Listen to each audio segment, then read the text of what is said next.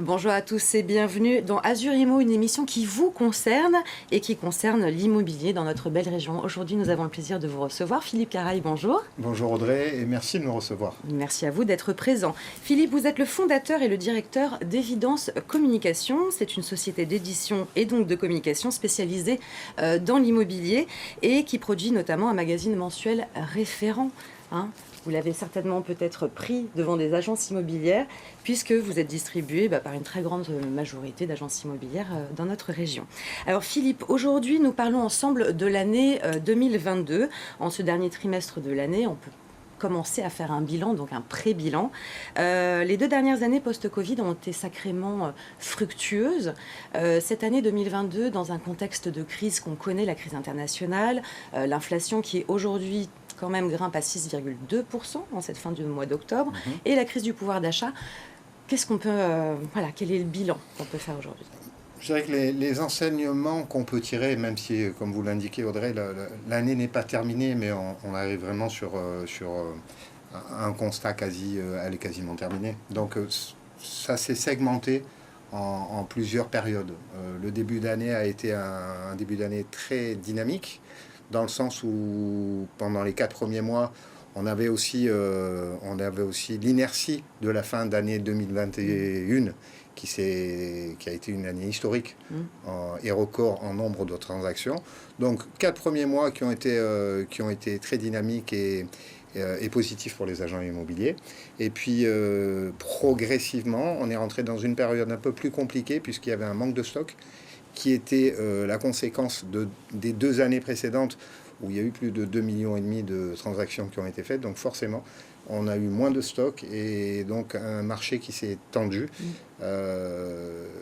Et la 3e étape, elle s'est passée à partir du mois de juillet. Et là, ça a un peu complexifié à nouveau les choses, puisque les banques ont moins prêté, les taux d'intérêt ont augmenté.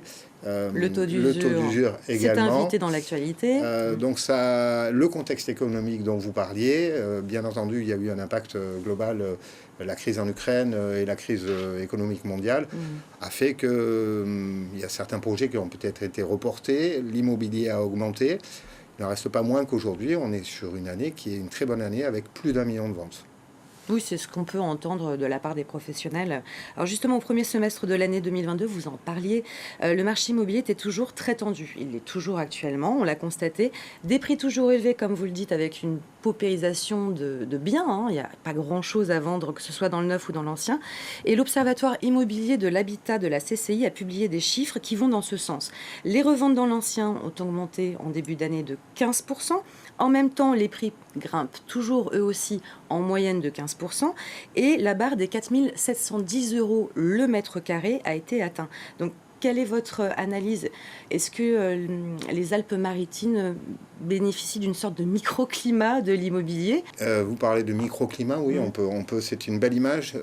On est quand même dans une région, et dans les Alpes-Maritimes notamment, qui fait envie, et on s'en est rendu compte notamment à la sortie du Covid, où les Parisiens, les Lyonnais, les Bordelais sont venus en masse, parce qu'ils avaient envie d'habiter sur la Côte d'Azur, et c'est resté toujours présent. Il y a de plus en plus de clientèle française hors département qui a envie de venir sur la Côte d'Azur pour toute son attractivité, et notamment dans les Alpes-Maritimes où il y a plein de projets qui se développent, qui se sont développés comme l'Éco-Vallée sur la partie ouest du département, comme ce qui se fait aujourd'hui sur le quartier Est. Il y a des écoles qui se sont construites. En fait, il y a tous les ingrédients pour faire... oui, de grandes écoles, d'ailleurs. On peut parler Schema, de l'EDEC, par exemple, ou l'EDEC. Schema, l'EDEC Business School, tout ça aussi qui produisent, qui attirent les jeunes. Exactement. Et tout ça, ça fait qu'on a quand même, des chiffres qui sont très positifs, notamment dans le circuit hôtelier. Plus de quasiment 100% de taux de remplissage pendant la saison, c'est-à-dire de juin à septembre. Donc ça crée aussi des envies. Et bon, alors voilà, c'est certain que le marché de l'immobilier dans les Alpes-Maritimes, il est quand même dépendant de cette attraction touristique, de cette attractivité. Mais il y a aussi une nouvelle donnée à prendre en compte aujourd'hui, c'est celle de l'attractivité l'attractivité de la région auprès des actifs sur notre territoire national. C'est-à-dire qu'on constate effectivement qu'il y a beaucoup d'actifs français qui veulent changer de vie, qui se disent eh bien, je vais venir m'installer sur la Côte d'Azur. Maintenant, c'est possible avec le télétravail et tout ce qui s'ensuit. Et cette semaine, le réseau LinkedIn, c'est la plateforme référente en France de la recherche d'emploi, qui a d'ailleurs publié cette semaine un baromètre des villes les plus attractives en termes d'emploi. Et Nice, figurez-vous, se situe cette année en 2e position, derrière Pau et devant Bordeaux, ce qui est plutôt exceptionnel. Quand on voit le prix de l'immobilier dans d'autres grandes villes et dans des métropoles comme Bordeaux, comme Marseille, comme Lyon ou Paris, finalement c'est 4700 et quelques euros du prix au mètre carré qui est un prix conséquent, mais pour un Parisien ça ne l'est pas. Et il va retrouver une qualité de vie qu'il n'a pas à Paris, et c'est pour ça que c'est notamment aussi pour ça que la région reste extrêmement attractive. Un dernier mot concernant vos pronostics l'année prochaine. Vous le sentez comment? Est-ce qu'à un moment donné, une bulle, ça éclate? Le marché, alors, gérer pronostic, on peut avoir un avis, mais c'est compliqué, j'ai pas de boule de cristal, mais si je m'en réfère à ce que me disent les professionnels de l'immobilier, on est quand même sur une dynamique positive. Après, le marché de l'immobilier, il subit des cycles qui sont fluctuants depuis la nuit des temps. Peut-être, je dirais qu'on va aller sur un marché qui va continuer sa tension tant que on ne sortira pas de ces problématiques bancaires et peut-être de la guerre en Ukraine où tout coûte cher finalement.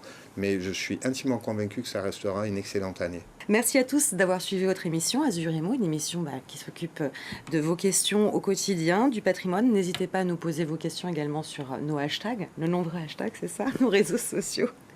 Et je vous dis à très bientôt sur BFM Nice Côte d'Azur.